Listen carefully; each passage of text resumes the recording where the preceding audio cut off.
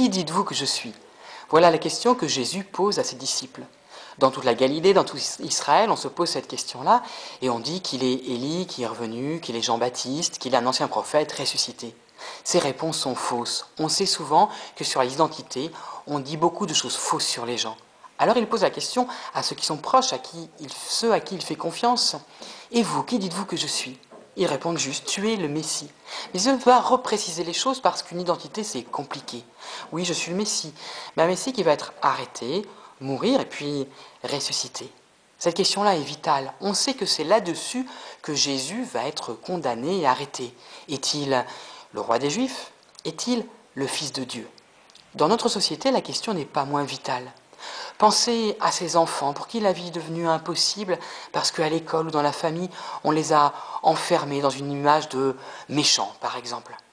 Pensez à ces populations entières, les jeunes de banlieue, les musulmans, qui n'osent plus poser cette question « Qui dites-vous que je suis ?»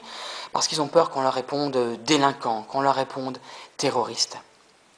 À la Maison Verte, là où je suis pasteur, c'est une paroisse, une maison de quartier, les gens viennent et puis racontent des histoires. Un sans-papier va venir parler du métier qu'il faisait dans son pays. Il parle du métier qu'il fait ici. Un alcoolique va parler de ses enfants, des enfants qu'il voit ou qu'il ne voit pas, comment ça se passe avec eux. Dans ces moments-là, ils posent la question « Qui dites-vous que je suis ?» parce qu'ils savent que sur eux, on va poser un regard bienveillant, qu'on va les laisser parler, qu'on va écouter ce qu'ils disent, eh bien, ils osent poser cette question-là. Ces questions-là, elles sont importantes. Est-ce que nous arrivons à faire vivre des lieux où l'on peut poser ces questions-là en confiance ?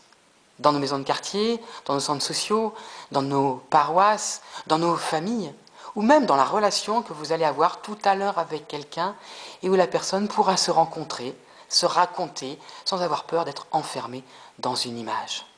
Si vous faites ça, si vous faites vivre des lieux de « Qui dites-vous que je suis ?», les gens pourront retrouver une relation vivante à eux-mêmes, à leurs proches et au monde. Ils pourront donc choisir la vie. Aidez-les à choisir la vie et vous-même, choisissez la vie. Bon dimanche.